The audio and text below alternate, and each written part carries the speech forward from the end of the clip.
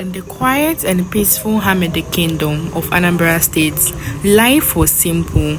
Family lived in harmony, women tilled the land, and men provided for their homes.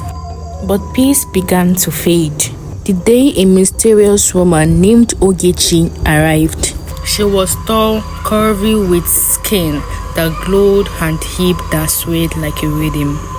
Always in heavy makeup, she wore skimpy dresses that revealed more than they covered.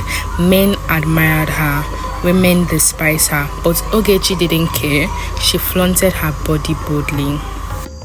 Ogechi's charm was dangerous. She had a way of seducing men, especially the married ones. Many husbands in Amede village had fallen into her trap, giving her money and gifts. While their wife cried bitterly at home, the women hated her deeply. They set traps, tried to poison her food, and even plotted her downfall. Yet, nothing worked. Why?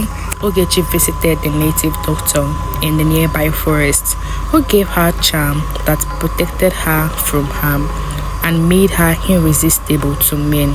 Ogechi knew a lifestyle would create a lot of enemies, and she always had backup plans. Her big plan, but this time she had a greater mission. Ogechi's eyes were fixed on the greatest prize of all, the king of Amede Kingdom himself. The king was wealthy and powerful. If she could capture his heart, she would gather enough riches to move to Lagos, where she dreamed of living as a high-class mistress of the wealthiest. Too close to get appealed to work in the palace, pretending to be calm and gentle, she approached the king and queen. The queen already knew Ogechi's reputation. She had heard how she destroyed marriages across the village. The queen said, "My husband, I don't trust this woman. We must not allow her near this place." But the king was already mesmerized by Ogechi's beauty. He ignored his wife and his wife's concern. The king smiled. "Let's give her a chance. She is an orphan. She has nowhere to go. We cannot turn her away." And Ogechi began to work in the palace as a chef. One quiet afternoon, the king was resting in his chamber. Ogechi saw her chance. Dressed in a revealing outfit, she walked in carrying a tea. She bent low, making sure the king's eyes caught every curve. The king took the cup and said, "You make very good tea, my dear." Ogechi smiled sweetly, then boldly sat beside him on the bed. Ogechi spoke softly. "My king, you deserve more than just the tea. A man like you needs to be truly satisfied." She reached for his hand, trying to touch him, but the king quickly pulled away.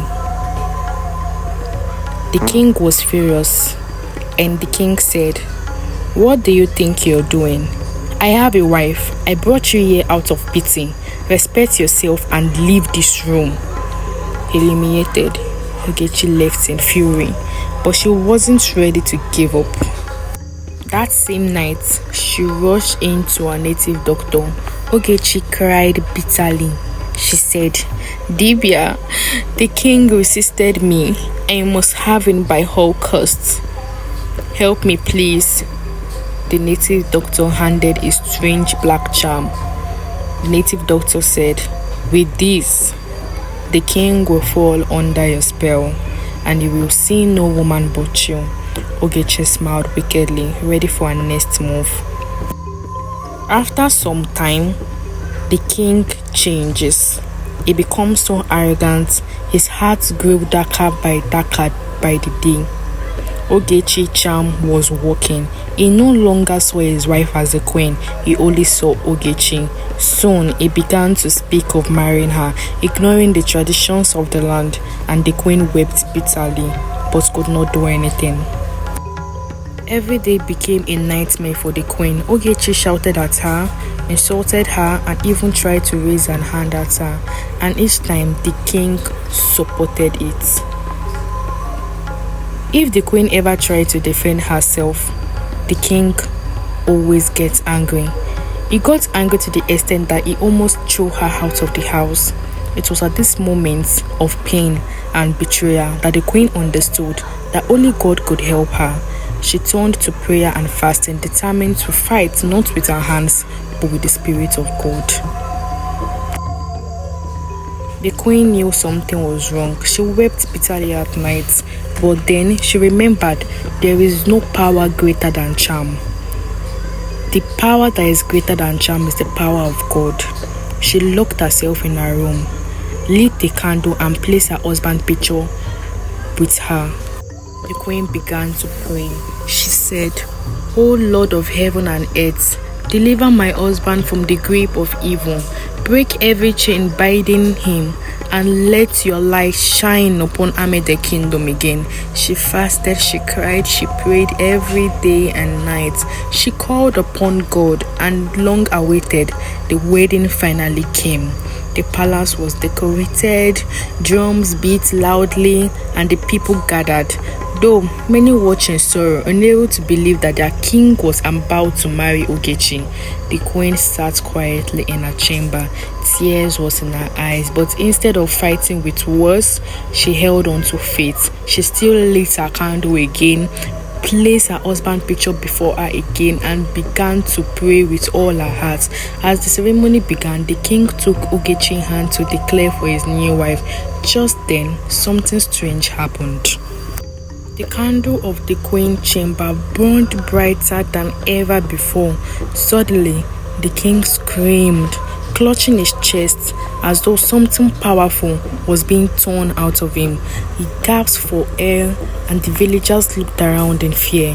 Ogechi rushed forward to him, but the mighty foreseen force threw her to the ground. The charm shattered. The spirit that has bidden the king left.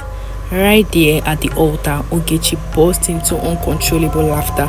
She tore her wedding gown, pulled out her hair, and rolled on the palace floor. The moment later, she ran out of the palace barefooted, shouting nonsense. Her beauty was gone, her pride was destroyed. The people of Amede Kingdom rejoiced, praising the queen's prayer. Peace was finally restored, and Ogechi was never seen in the palace again, only wandering in the streets as a mad woman. The next day, the villagers gathered to see Ogechi roaming in the streets, dirty, barefooted, and shouting rubbish. The same woman who was with the biggest pride, flaunting her beauty, is now wandering as a mad woman. The woman rejoiced, and the men turned away in shame. The people of Amede Kingdom sent her away, never to return. And as for the queen, her prayer was restored. Peace to her home. The king returned to his senses, grateful to his wife for the strength and faith, and so the village once lived happily ever after. This story shows that no strange woman, no matter how beautiful she is, she can never destroy a marriage that is covered with prayer and faith. A wife's tears and prayers are stronger than any charm. In the end, good always wins over evil. Tell us in the comment section what you learned, and don't forget to like and follow for more African story tales. And I'll see you in my next video. Thank you. Mwah.